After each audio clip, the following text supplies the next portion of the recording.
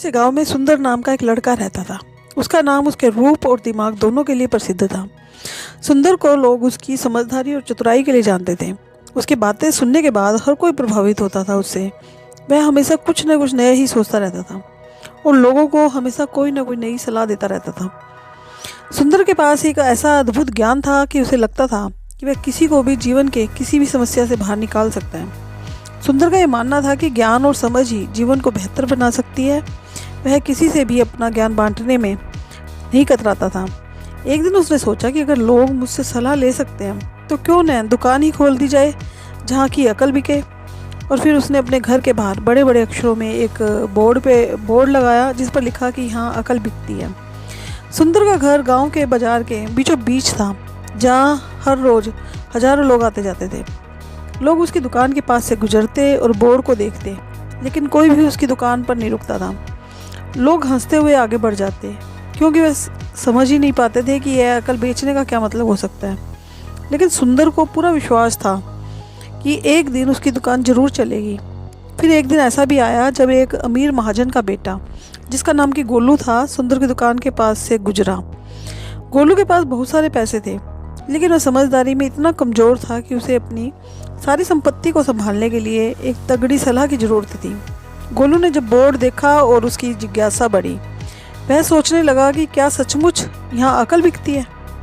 गोलू ने सोचा कि क्यों न सुंदर से पूछा जाए। वह दुकान के अंदर गया और सुंदर से पूछा, यहाँ कैसी अकल मिलती है और इसकी कीमत क्या होगी। सुंदर ने मुस्कुराते हुए कहा, यह इस बात पर निर्भर करता है कि तुम किस चीज़ के बदले कितनी अकल लेना चाहते हो। अगर तुम अधिक पैसे खर्च कर सकते हो तो तुम्हें और ज़्यादा अकल मिलेगी। गोलू ने अपनी जेब में से 1 रुपया निकाला और कहा, ठीक है, इस रुपये के बदले आप मुझे कौन सी अकल दे सकते हो। सुंदर ने कहा, अगर तुम 1 रुपया दोगे तो मैं तुम्हें इतनी अकल दूंगा कि तुम्हें 1 लाख रुपये बचा सकोगे। यह अकल काफ़ी मूल्यवान है। गोलू ने 1 रुपया सुंदर को दिया और बदले में सुंदर ने एक कागज़ पर यह लिखा, जहाँ 2 लोग लड़ झगड़ रहे हो वहाँ खड़ा रहना बेवकूफ़ी है। गोलू घर लौटा और यह कागज़ अपने पिता को दिखाया। महाजन ने कागज़ पढ़ा और गुस्से से आग बबूला हुआ।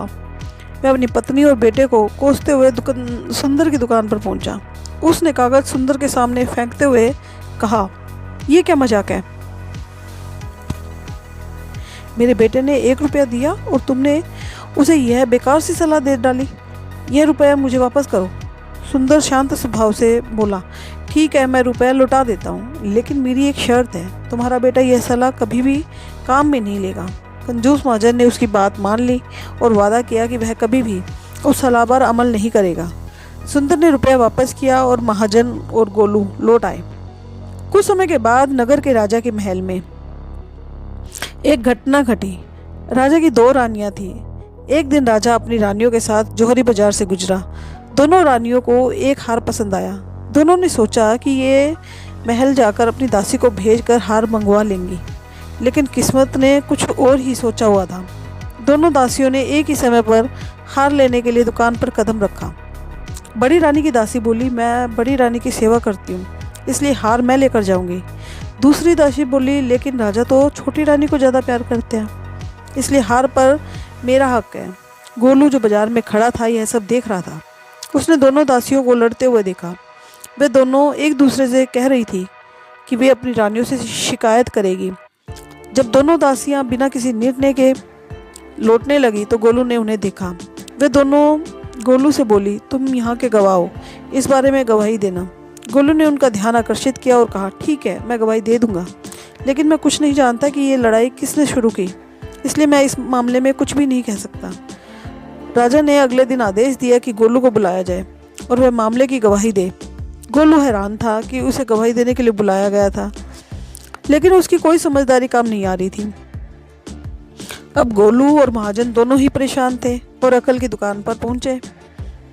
महाजन ने सुंदर से माफ़ी मांगी और मदद भी मांगी। सुंदर ने कहा, मदद तो मैं कर सकता हूँ, लेकिन अब तो मैं दूंगा। अब जो मैं अकल दूंगा उसकी कीमत 5,000 रुपये रहेगी। महाजन ने बड़ी मजबूरी में 5,000 रुपये दिए। सुंदर ने कहा, गवाही के समय गोलू को पागलपन का नाटक करना होगा और दासियों के खिलाफ कुछ नहीं कहना होगा। अगले दिन गोलू दरबार में गया। उसने पागलपन का नाटक किया और राजा को पूरी तरह से भ्रमित कर दिया। राजा ने गोलू को वापस भेज दिया और कहा कि पागल की गवाही पर भरोसा नहीं किया जा सकता। राजा ने अंत में फैसला किया कि दोनों रानियां अपनी दासियों को सजा दें, क्योंकि यह तय करना बहुत ही मुश्किल है कि झगड़ा किया किसने था। अब गोलू को ये समझ में आ गया कि छोटी रानी उससे जरूर नाराज़ हो सकती है। वह घबराया हुआ फिर से सुंदर के पास पहुंचा। सुंदर ने कहा कि अब अकल की कीमत 10,000 रुपये होगी। महाजन ने पैसे दिए और सुंदर से कहा, तुम छोटी रानी को वह हार उपहार में दे दो। गोलू हैरान था और बोला, लेकिन वह हार तो 1 लाख रुपए का है, कैसे मैं उसे खरीद सकता हूँ? सुंदर ने मुस्कुराते हुए कहा, मैंने तुम्हें पहले ही कहा था 1 रुपया देकर तुम 1 लाख रुपए बचा सकते हो। गोलू को आखिरकार हार खरीदना पड़ा और उसने छोटी रानी को उपहार में दे दिया और फिर वह सुखी हो गया। सुंदर की दुकान चल निकली और वह अपनी अकल की दुकान के जरिए लोगों की मदद करने लगा।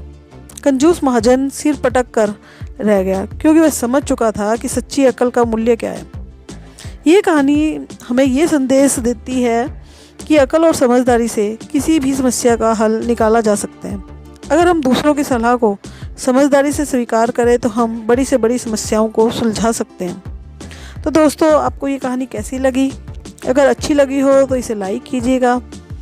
आप इस बारे में कुछ कहना चाहते हैं तो अपने विचार अपने कमेंट बॉक्स में ज़रूर दीजिएगा और दूसरे लोगों के साथ इसे शेयर कीजिएगा। यदि मेरे चैनल को अभी तक आपने सब्सक्राइब नहीं किया है तो मेरे चैनल को भी सब्सक्राइब कीजिएगा, क्योंकि मैं इसी तरह की कंटेंट और रोचक कथाएं लेकर आती रहती हूँ। Thank you, thanks for watching.